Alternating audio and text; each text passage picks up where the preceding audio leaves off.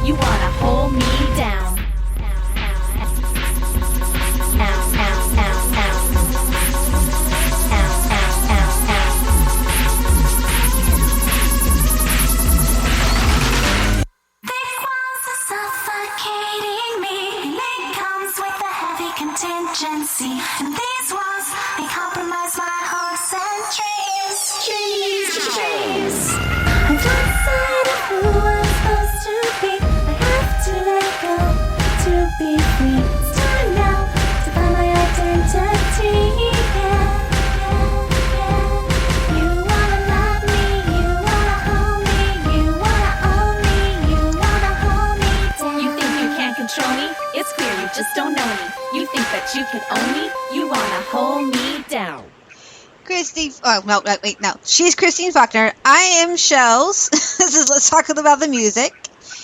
And he is Spider in Ohio. Sure am. Do.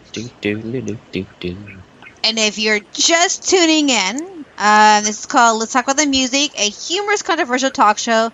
Because sometimes we're just not that controversial and we just want to talk about music. Yes. And we are everywhere is where the global music comes from, because on the weekends we don't have any shows yet, but it's all autoplay and play music all over the world. That's where it came from. So that's it. That's it. All right. Kristen is actually looking for more music for us to play. So why she's looking for music? Spider, let us know what's going on this day of music.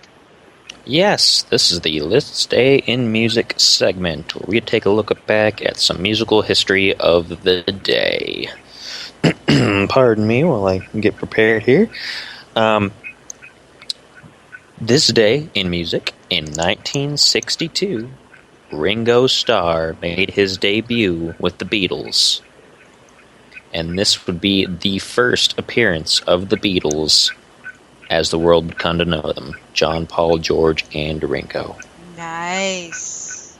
And from then on, it was all legends. It's all meant to happen. Now, also on this day, in 1969, Mick Jagger was accidentally shot in the hand during the filming of Ned Kelly in Australia, which was a film that he was a part of. Okay, so it was a film. Did he actually get shot, or was it more like a prop gun gone bad? Or He accidentally did get shot in the hand, and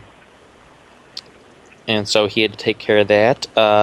At the time, his girlfriend, Marianne Faithfull, also a musician in her own right, had gone to play the lead female role in the movie, but their relationship at the time was breaking up, and she took an overdose of sleeping tablets soon after arrival in Sydney, resulting in being hospitalized in a coma and pulling out of the film. wow. Rough situation. In 1977, on this day, the Police made their live debut as a three-piece band in Birmingham, England. So if anybody knows about Sting's band work, the Police got started today. Wow. In 1986, this is one that I know Shells will like. Ooh. Bon Jovi released their third studio album, Slippery When Wet. It peaked at number 1 on the U.S. charts, going on to sell over 28 million copies worldwide, featuring 2 very big hits, You Give Love a Bad Name and Living on a Prayer. That's the best news I've heard all day! So, that was This Day in Music. Nice. Yeah, it was some good ones today, all kinds of good history. Yeah, absolutely. So, are you back with us, Kristen? I am. I'm with you guys. Awesome. You know, I had a question for you, and I knew I should write it down before I went on a small break, so I knew that I would forget it, and I did.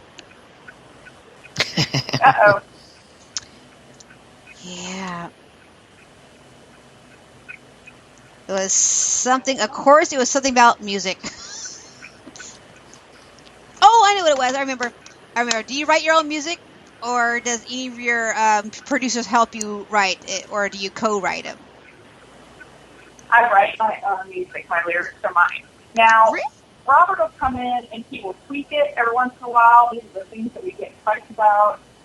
But I like to try to maintain my music and write my own material because there's so many artists these days that really there aren't a lot of artists anymore that actually do that. You know, it's generally artists have a music written for them these days, especially the mainstream artists, big artists. They have individuals that come in and do songwriting. But that doesn't necessarily if they're bad artists. I mean, they're big musicians. They get out there, they can perform, and a lot of them have really great vocals. But I like to kind of stay true to that, and try to write my own material. So all the stuff that I have out right now is mine. I've written the lyrics for that, and I also do the vocal composition. Mm-hmm. The melody, harmony, that lyrics, all of that is mine as well. So generally, when I'm working with a band or a producer, I'll have them focus on the instrumental composition, and I'll handle all of the vocals on my own. No, nice. Now, do you play any musical instrument besides your voice? I don't. People are always asking me that. No, I really don't. I just always focus on singing and songwriting. Cool. Yeah, I'm definitely inspired by guitar riffs. So when I'm writing, often I like to build a song just from a guitar riff. So I'll sit down with the guitars and have them kind of play and be like, oh, I like that, let's roll with that. Let's see where this goes. And and it kind of helps inspire the melodies, the ad-libs. Sometimes I'll work from a direct beat that's given to me that's completely built, like, here, write for this, you know? It just kind of depends, but I do find myself to be more inspired from just the acoustic guitar. That really inspires me for some reason, but I don't play the guitar. I probably should learn. Well, there's a lot of back and forth right now in the music world about people playing instruments and whether sometimes you hear people say that, oh, if you don't play an instrument, then how can you call yourself a musician? And it's like, you know, singing has been around probably a lot longer than most instruments have, if not all of them. So you can't call somebody who's a singer not a musician just simply because they don't play an instrument, you know?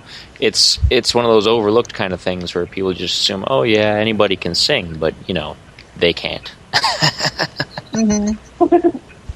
That's true. I mean, you can always flip that and say, well, I don't consider you an artist if you don't write your own material, right? You're a singer, not an artist. But I won't be that mean. Yeah, I don't think anybody would go to one of the big operas and try to tell somebody like Pavarotti that he wasn't an artist. I dare you. They can try, but I don't think it would turn out very well for them. I double dog dare someone to do it. What? I have to, like, you know, poke the bear a little bit, you know?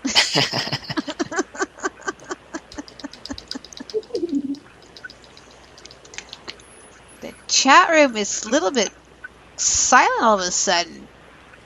I think people started going to sleep, maybe. I guess so.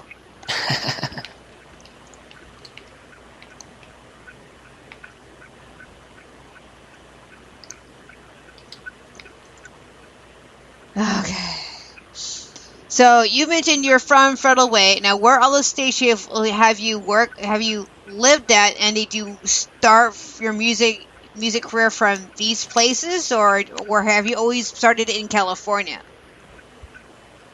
Well, I mean, I actually really started training in Colorado when I was young. Okay. And then I would have to say, like, when I started really producing tracks and getting my music out there when I came to LA, for sure. Now, is there a place, like a famous studio maybe somewhere in the U.S. or in the world, really, that you would like to record at?